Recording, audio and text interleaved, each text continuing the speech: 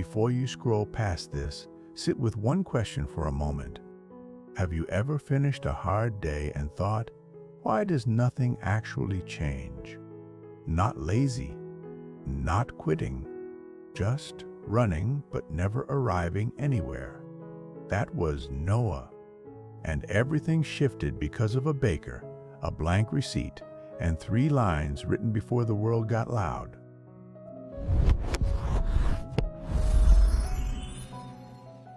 Noah rode deliveries through Amsterdam when the canals were still black and cold. He knew every bridge, every shortcut, every cobblestone that shook his handlebars.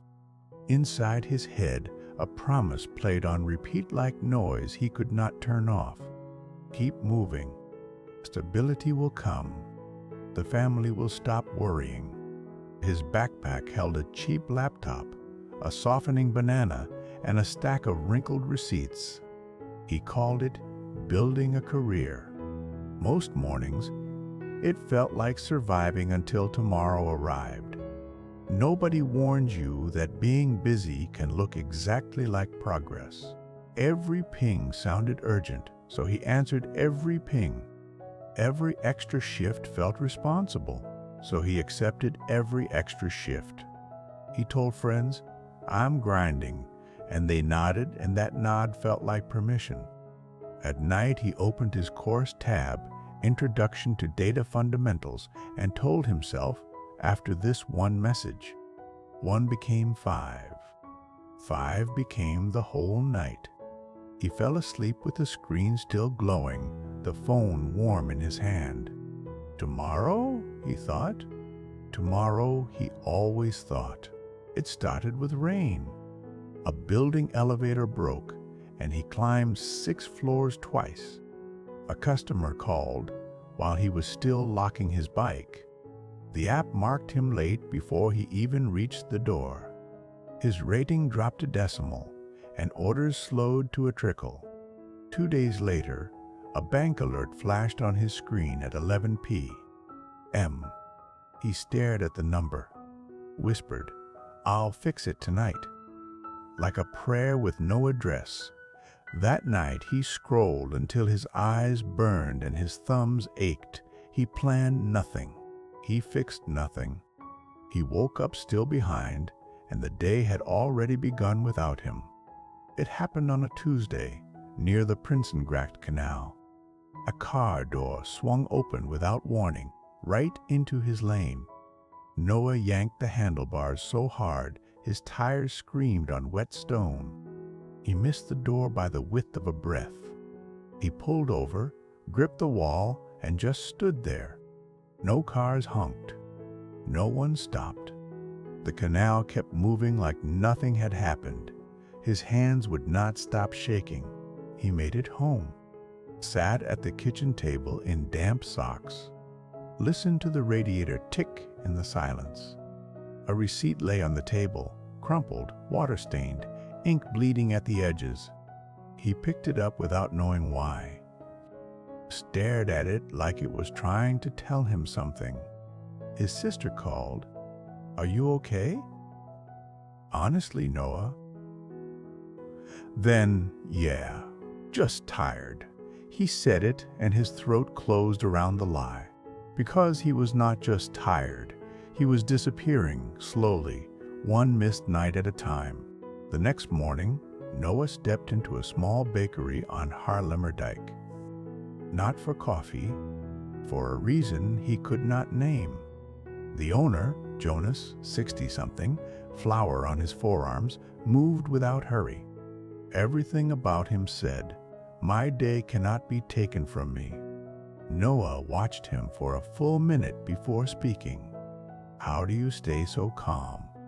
Jonas set down the bread tin, looked at Noah the way someone looks when they already know the answer. "I decide what my morning means before the world gets a vote." Noah almost laughed. Instead, he just stood there because something in his chest recognized it. Jonas offered a deal, a real one with terms. 7 mornings. Arrive 10 minutes early. Help open the bakery in silence. In return, one rule Jonas called the morning receipt. He slid a blank receipt across the counter, placed a pen beside it. Write the date. Then 3 lines. 1 priority, the single most important thing today. 1 discomfort, something you've been avoiding. 1 small win, something small enough to actually finish. He paused. And you write it before any messages, before the phone, before the world speaks to you. Noah picked up the pen. His hand hovered over the paper. 7 mornings without escape. He nodded and tried not to think about how terrifying that felt. Day 1. His thumb moved toward the phone screen before he was even fully awake. Pure reflex, like breathing, he stopped, put it face down, picked up the pen instead. He wrote the date. Something settled, something small, but real, like placing 1 foot on solid ground. He wrote his priority. The fog that usually filled his mornings lifted by half. He wrote his discomfort. His chest tightened with recognition.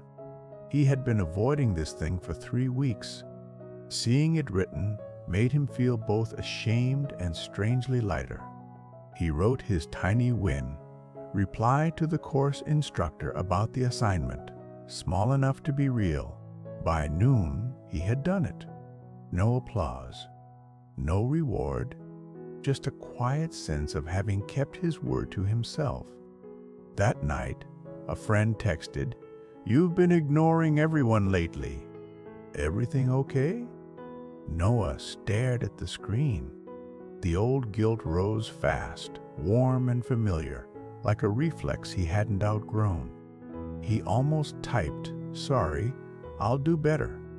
Instead, he put the phone down, lay in the dark, wondered if becoming the person you want to be always costs you something first. A week later, another writer saw the receipt. "What is that? A shopping list?" He laughed. Loud. Others nearby glanced over. Noah laughed too, quick, automatic, the kind of laugh that costs you something. The next morning, he skipped the receipt on purpose, just to prove he didn't need it. Grabbed the phone first. Checked messages. Let the morning happen to him. By 10 a.m., he had already reacted to 4 things that weren't his priority. By noon, the familiar low-grade panic had returned, the sense of running without direction. Setback 1. Then came setback 2, quieter and more dangerous. He got paid, felt the relief wash through him, celebrated with an hour of scrolling in bed. 1 hour became 2. His study window passed. He had promised himself 1 discomfort that day. He skipped it. He fell asleep, hating himself a little. He woke at 2 a.m., took out the receipt, and wrote 3 messy lines in the dark. They were not perfect. He kept them anyway. Is discipline supposed to feel this hard? He didn't know. But he folded the receipt and dropped it in the jar. That had to count for something. 2 months passed. The jar on his counter filled slowly. Folded slips of paper, some neat, some rushed, some almost illegible. But every single one had a date. Dates are honest. Excuses have no dates. He started arriving at decisions before the city could make them for him. He stopped reacting to every message like it was an emergency. He made 1 uncomfortable call each morning, the kind he used to postpone for weeks. He studied in 10-minute blocks, then 30, then a full hour without stopping. Rent stopped feeling like a cliff's edge. Bank alerts stopped making his stomach drop. One Thursday night, his course posted a final project prompt. He opened it immediately. Started the same night. His hands shook when he submitted the application for an entry-level analyst role. But he pressed submit. He went to the bakery the next morning with his phone open to a photo of the jar. Jonas looked at it for a long moment. "That's proof," he said. "Not hope, proof." Noah breathed out slowly. For the first time in a long time, he believed he was building something that would hold. Jonas said it simply. The last morning they worked together. Nothing changes until your mornings stop being random. Noah had spent years believing motivation would arrive if he waited long enough. It never did. Because motivation is a feeling, and feelings follow the weather. Direction is different. Direction is a choice you make before the day begins. It is not glamorous. It looks like a pen. It looks like a crumpled receipt on a kitchen table at 6 a.m.